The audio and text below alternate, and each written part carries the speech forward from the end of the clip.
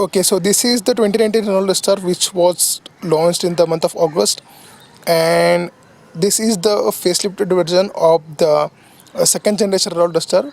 So this is not the turbo petrol version. The turbo petrol version has come up in this year. So this is the diesel version, and this vehicle is owned by me. So this is a kind of ownership review and the overview of the overall car. So the turbo petrol version is same as this particular car. So you get the same exterior and the interior of this car. So I'll be reviewing this particular car.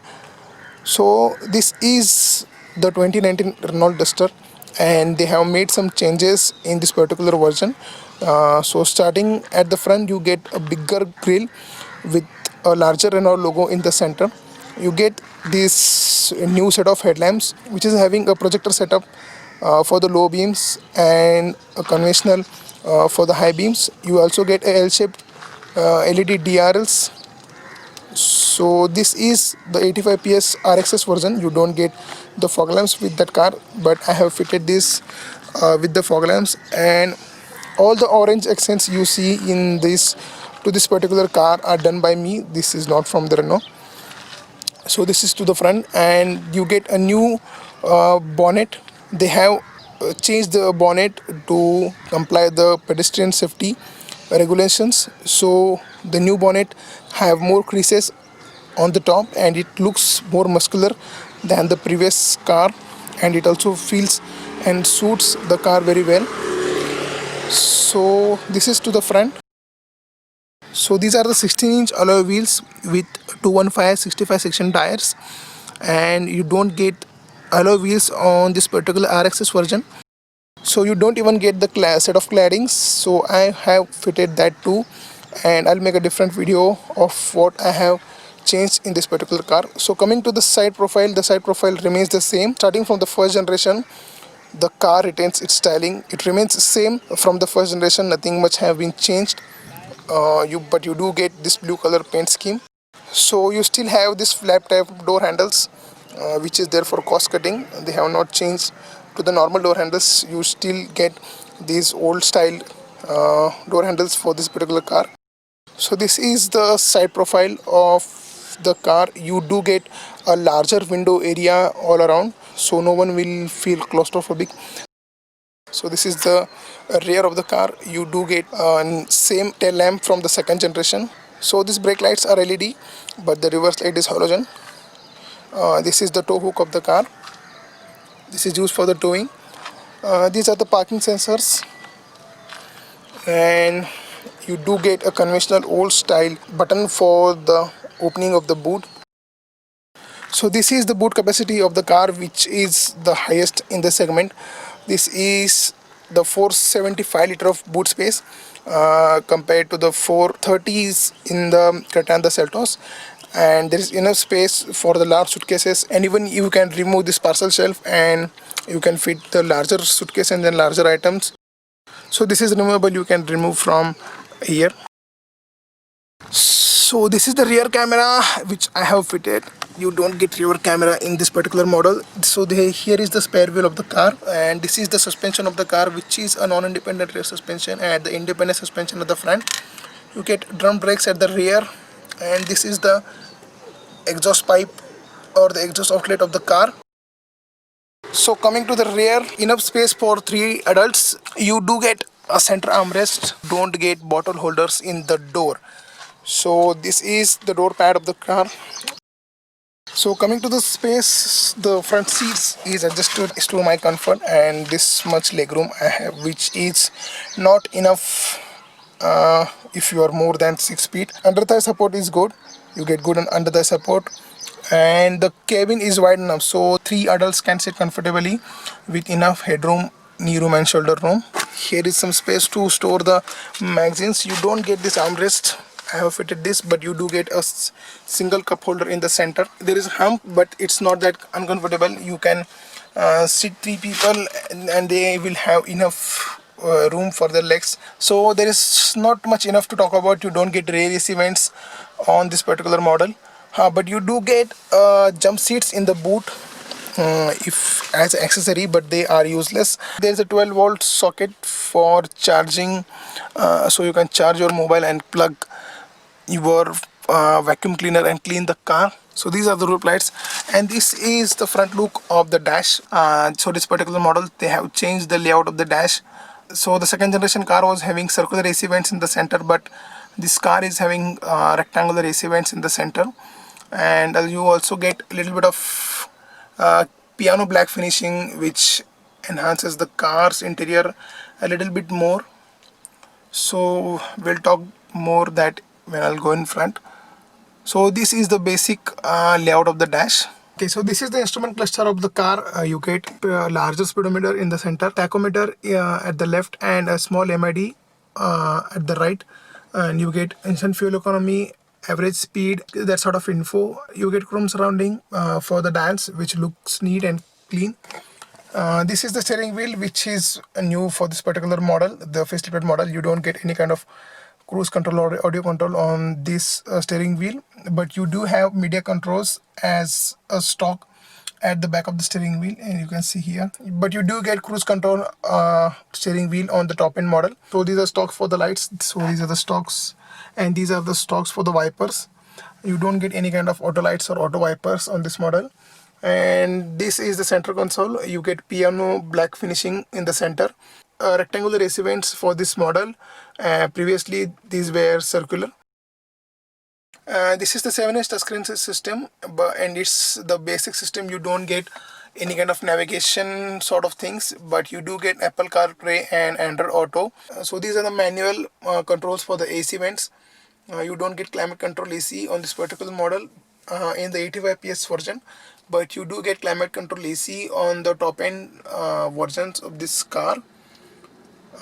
This is the eco button, which alters the driving response, and it's for the economy.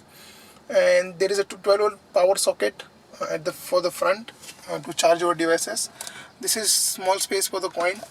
This is the 5-speed gearbox, and this is the short one, short gear shifter, which is joy to use.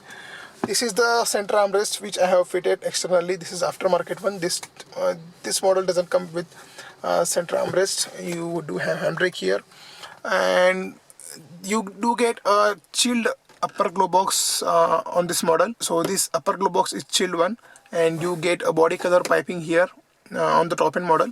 And also you have a secondary normal glow box, and you also have a tweeter placement at the front.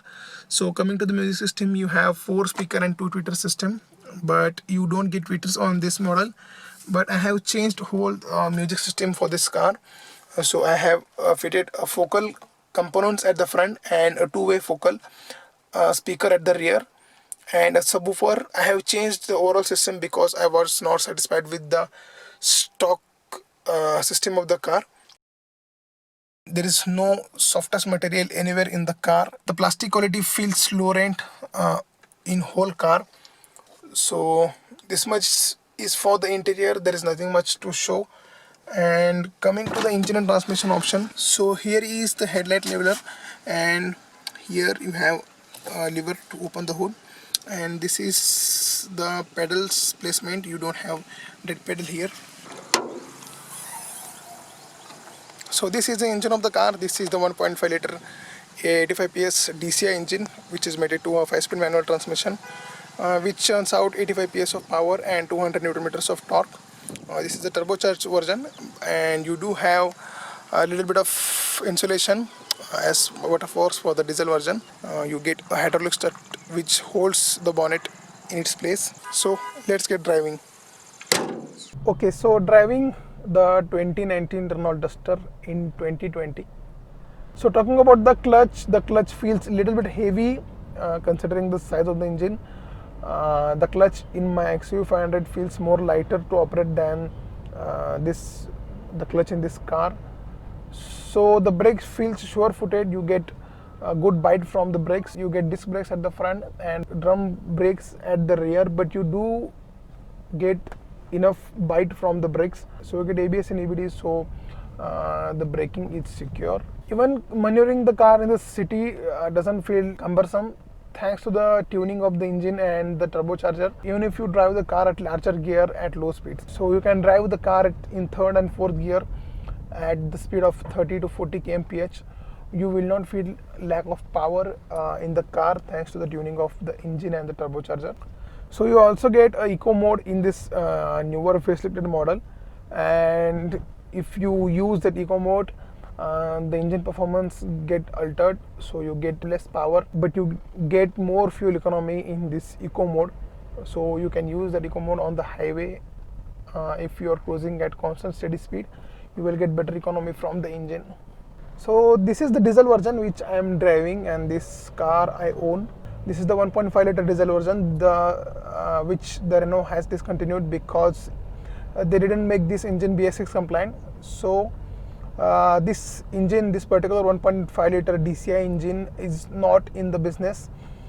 So the Renault is now selling the 1.5 liter naturally aspirated petrol and a 1.3 liter turbo petrol, which they recently have introduced in the Indian auto market. So just an overview about this engine. This engine was in the business for more than 10 years in the Renault Nissan family. So this is a 1.5 liter engine. This was in two states of tune. This one is 85 PS. Another version was the 110 PS version. So the main difference was only in the power output. This 85 PS version gives 85 bhp of horsepower and 200 Newton meters of torque, mated to a 5-speed manual transmission. And the 1.5 liter 110 PS version was giving 110 PS of power and 245 Newton meters of torque, mated to a 6-speed manual transmission. And another difference was in the turbocharger. So this 85 PS version was having a fixed geometry turbocharger, and the 110 PS was having a variable geometry turbocharger.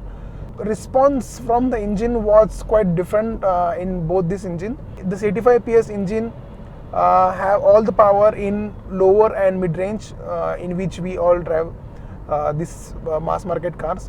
So this engine feels more lively and city friendly than the 110 PS version. The 110 PS was punchy, but all the power in the 110 PS was in the mid range and in the top end. That car was having a little bit of turbo lag in the lower rev range. So I chose this because this was more economical, this was easy to drive, and this was having more punch in the lower rev range. And the 110 PS was more costly than the 85 PS version, so I didn't find that worth to pay the extra amount and compromise the driving capability in the city. So I chose this 85 PS version, and I also had a good experience with this engine because one of my friend was having a first generation Renault Duster with the 85 PS version. So I drove that car thoroughly, and I was very impressed with that engine. That engine and this engine is same. So this engine is highly economical. This engine is very punchy in the lower range, quite silent too. It's not that vocal in the interior, and I was getting good economy from this 1.5 engine, approximately 23 to 24 kmpl on the highway and approximately 18 kmpl in the city. But thanks to the BS6 norms, the Renault didn't make this engine BS6 compliant, so they dropped this diesel 1.5 liter, both the 85 PS and 110 version. So instead of this, they have came up with a new turbo petrol version, which is having a generous amount of torque considering a petrol engine. So the 1.3 liter turbo petrol engine in the new Duster gives 156 PS of power and 254 Nm of torque, and these figures are the highest in the segment. The rivals like the Creta and the Seltos, they have 1.4 liter turbo petrol engine, which is having 140 PS of power and 242 Newton meters of torque.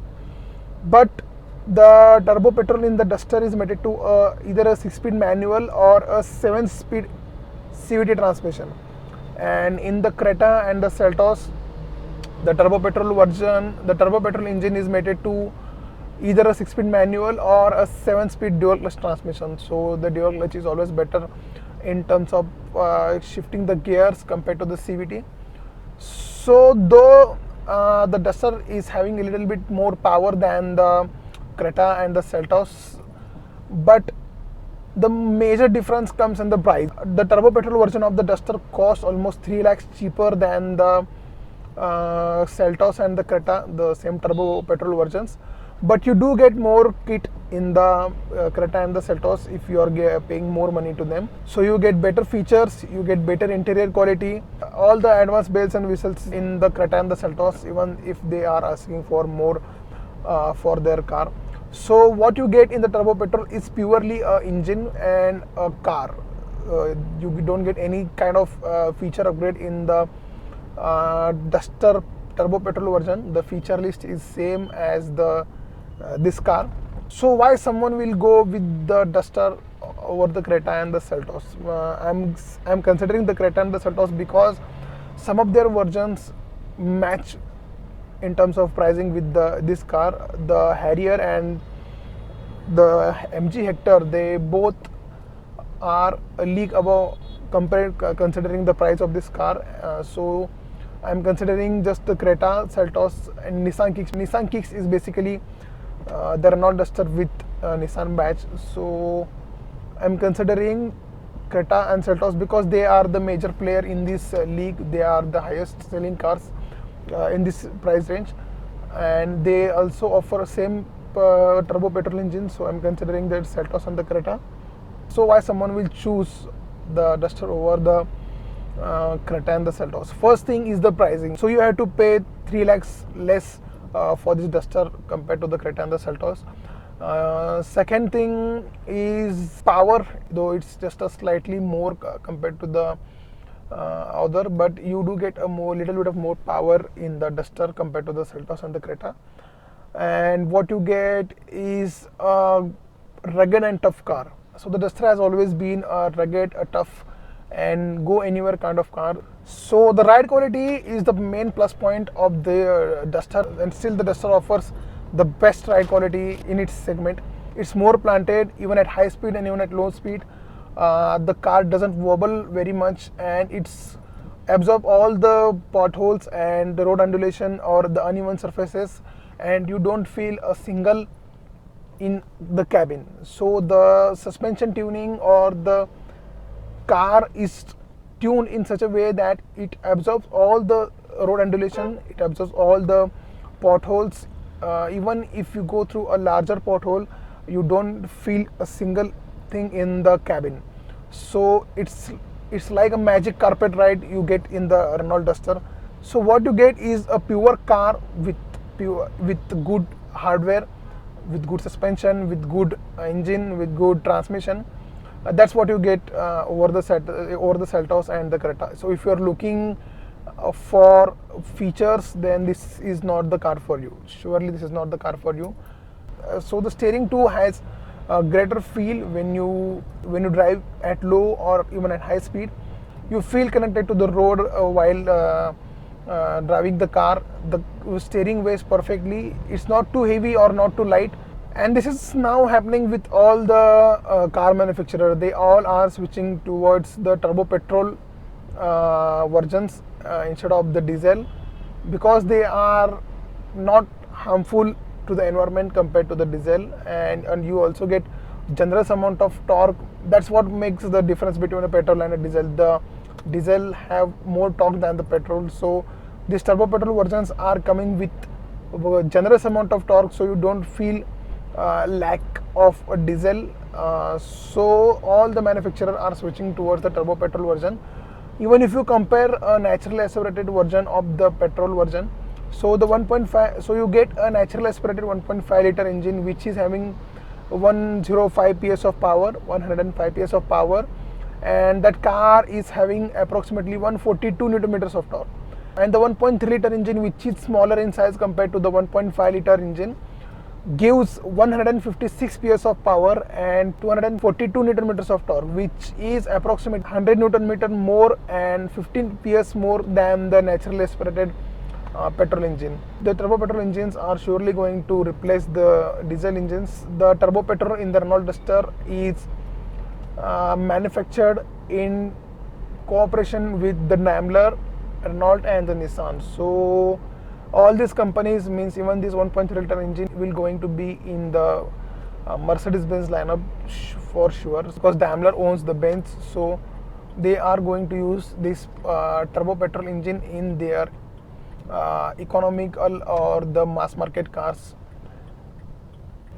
So I have not driven the 1.3 liter turbo petrol version, but soon I will going to drive and I'll give a thorough review of that particular engine. So this is the driving experience of this 1.5 liter diesel 85 PS version diesel engine, which is now not in the business, but Renault must think of bringing this engine, because the Duster with this 85 PS version sold in large number, and also they literally shook the market with this engine and transmission with this particular car. So they must think of bringing this 1.5 liter diesel engine back into the business. It is one of the best engine I have driven so far, so they must consider making this BS6 compliant. So it will be a profitable step for the Renault if they make this engine BS6 compliant.